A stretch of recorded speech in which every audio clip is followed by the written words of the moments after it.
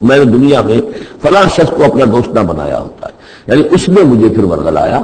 میرا تو دل کچھ کھلنے لگا تھا، مجھ پر حقیقت منکشف ہونے لگی تھی، میں تو کچھ مائل ہونے لگا تھا رسول کی طرف، لیکن فلاں میرے دوست نے مجھے پھر ورغلایا اور مجھے اس راستے سے واپس لے گیا۔ یا ویلتی لیتنی لم اتخذ فلانا خلیلا لقد اضلنی عن الذکر بعد اذ جاءنی، اس نے مجھے گمراہ کیا، بھٹکا دیا ذکر سے جبکہ وہ میرے پاس پہنچ گیا تھا۔ یعنی ذکر کا پہنچ جانا ایک تو یہ ہے کہ اللہ کے رسول نے مجھے سنا دیا، دوسری کہ میرے دل کے اندر بھی وہ اترنے لگا تھا، وہ مجھ تک پہنچ گیا تھا، میرے دل کے تاروں کو چھیڑنے لگا تھا، جیسے کہ کہا گیا ہے وَقُلْ لَهُمْ فِي أَنفُسِهِمْ قَوْلًا بَلِيغًا، اے نبی ایسی بات کہیے ان سے کہ جو ان کے اتر جائے، جو پہنچ جائے، ان کی روح کی گہرائیوں تک اس کی رسائی ہو جائے، وہ بات کہیے۔ تو یہ بات مجھ تک پہنچنے لگی تھی، لیکن اس نے مجھے گمراہ کر دیا۔ وَكَانَ الشَّيْطَانُ لِلْإِنسَانِ خَذُولًا، اور یقیناً شیطان جو ہے وہ انسان کو پھر دغا دینے والا ہے۔ وَقَالَ الرَّسُولُ يَا رَبِّ إِنَّ قَوْمِي اتَّخَذُوا هَٰذَا الْقُرْآنَ مَهْجُورًا، اور رسول نے کہا، فریاد کی، اے اللہ، اے میرے پروردگار، میری قوم نے اس قرآن کو ترک کر دیا ہے، اس کی طرف توجہ نہیں کر رہی ہے، اس کو سننے کے لیے تیار نہیں ہے۔ میں سنا رہا ہوں، ہر امکانی شکل میں نے اختیار کی ہے کہ سناؤں، لیکن یہ میری قوم جو ہے اس کی طرف متوجہ نہیں ہو رہی۔ یہ ہے وہ لفظ مہجوری جسے علامہ اقبال لے کر آئے ہیں،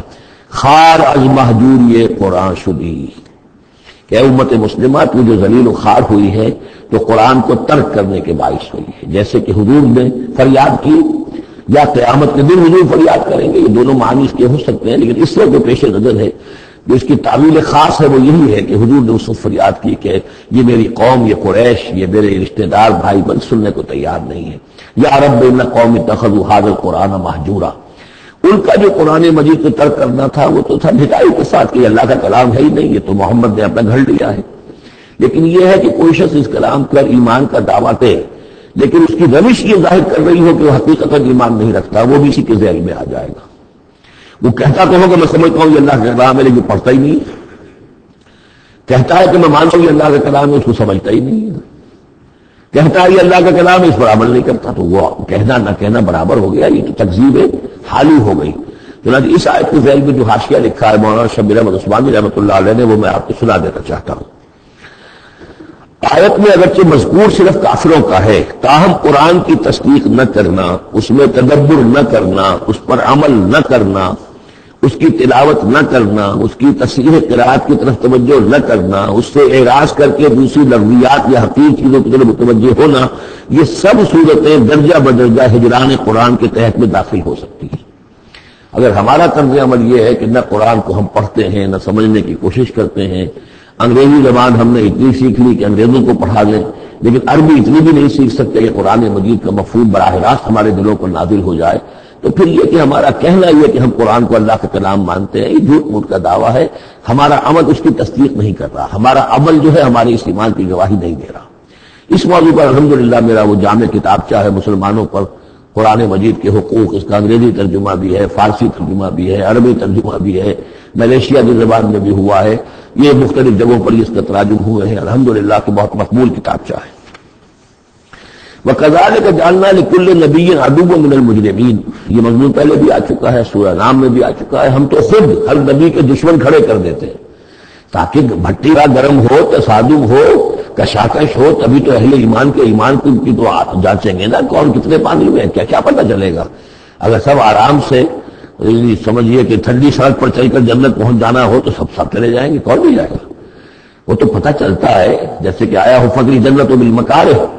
جنت کو تو اللہ تعالیٰ نے گھیر دیا ہے ان چیزوں سے جو انسان کو بہت ناپسند ہے،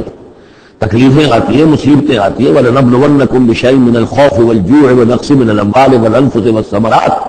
تو جنت والے تو اس سے ممیز ہوتے ہیں کہ واقعتاً یہ جنت کی قیمت ادا کرنے کو تیار ہیں۔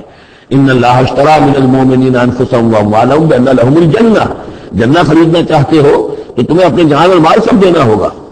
كذلك جعلنا لكل نبي عدوا من المجرمين، اسی طرح ہم نے ہر نبی کے لیے مجرموں میں سے دشمن کھڑے کر دیے۔ وكفى بربك هاديا ونصيرا، اور کافی ہے تیرا رب ہدایت دینے کے لیے، جو بھی ہدایت کا طالب ہوگا اللہ ہدایت دے گا اور اس کی مدد بھی کرے گا۔ قال الذين كفروا لولا نزل عليه القرآن جملة واحدة، یہ ایک اور اعتراض تھا ان کی طرف سے، وہ لوگ کہا یہ کہ کیوں نہیں اتر دیا ان پر قرآن پورا ایک ہی مرتبہ، یعنی اس میں اصل میں جو امپلائڈ ہے ان کا اعتراض وہ یہ تھا کہ جیسے تورات تھی وہ تو حضرت موسیٰ کو ایک دم ساری دے دی گئی لکھی ہوئی تختیوں کے اوپر. یہ جو حضور کہہ رہے ہیں صلی اللہ علیہ وسلم کہ مجھ پر یہ تھوڑا تھوڑا قرآن نازل ہو رہا ہے، تو اس میں مشابہت پیدا ہو گئی ظاہری طور پر کہ جیسے کوئی شاعر ہوتا ہے تو سارا دیوان ایک دن میں تو نہیں ہو جا سکتا، وہ تو تھوڑا تھوڑا ایک غزل کہے گا، قصیدہ کہے گا، پھر کچھ کوشش کرے گا، پھر کوئی اچھی کوئی اور نظم لائے گا، پھر وہ جمع ہو کر دیوان بنے گا. تو اس اعتبار سے ان کا یہ اعتراض تھا کہ کیوں نہیں قرآن پورا کا پورا ان پر نازل ہو جاتا. کذالک لنثبت بہ فؤادک، یہ ہم نے اس لیے کیا ہے محمد صلی اللہ علیہ وسلم کہ اس کے ذریعے سے آپ کا جی، آپ کا دل اس پر ٹھک جائے. ورتلناہ ترتیلا، یعنی یہ کہ حالات کی مناسبت کے ساتھ ساتھ یہ نازل ہو رہا ہے، اور یہ کہ صرف حضور کا نہیں بلکہ اہل ایمان پوری جماعت، اس لیے کہ بر وقت جب رہنمائی آتی تھی اور بر وقت جو حالات تھے اس وقت ان کے حوالے سے گفتگو ہوتی تھی تو انہیں تسکین حاصل ہوتی تھی، انہیں یہ حوصلہ ملتا تھا کہ آج جو کچھ ہمارے ساتھ ہو رہا ہے یہی نوح کے ساتھ، ہود کے ساتھ، صالح کے ساتھ ہو چکا ہے، اور بالآخر جو ہے اللہ تعالیٰ نے ان سب کو کامیاب کیا اور انہیں بچا لیا، اور باقی ان کے دشمن جو ہیں وہ ملیا بیٹ ہو گئے. تو اس سے ان کے دلوں کو سہارا ملتا ہے. وَلَا يَأْتُونَكَ بِمَثَلٍ إِلَّا جِئْنَاكَ بِالْحَقِّ، اور یہ کوئی بھی اعتراض آپ پر نہیں کریں گے، کوئی مسئلہ آپ کے سامنے پیش نہیں کریں گے مگر یہ کہ ہم اس کے جواب میں حق لے آئیں گے آپ کے پاس، ان کو پورا جواب مل جائے گا. وَأَحْسَنَ تَفْصِيلًا، اور بہترین تشریح ہم کھول کر دیں گے. الَّذِينَ يُحْشَرُونَ عَلَىٰ وُجُوهِهِمْ إِلَىٰ جَهَنَّمَ، وہ لوگ کہ جو اپنے منہ کے بل اوندھے منہ جمع کیے جائیں گے جہنم کی طرف. اولئک شر مکانا واضل سبیلا، یہ لوگ ہوں گے کہ جو بہت ہی برے ہوں گے اپنے مقام اور مرتبے کے اعتبار سے، اور بہت ہی بھٹکے ہوئے ہوں گے سوا سبیل سے، سیدھے راستے سے.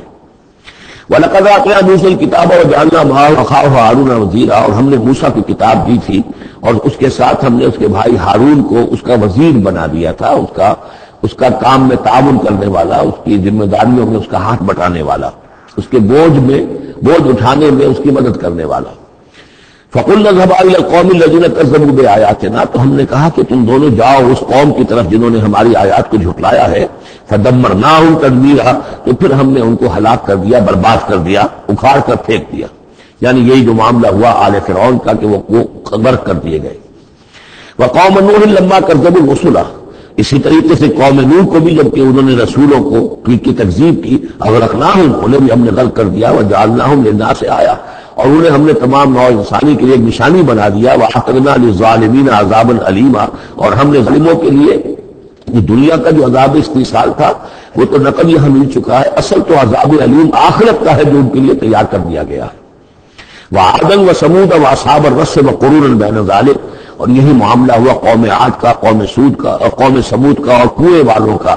اس کے بارے میں کوئی زیادہ صراحت کے ساتھ کوئی ایک رائے نہیں ہے. یہ بھی کوئی ایک قوم تھی جس کے پاس رسول بھیجے گئے،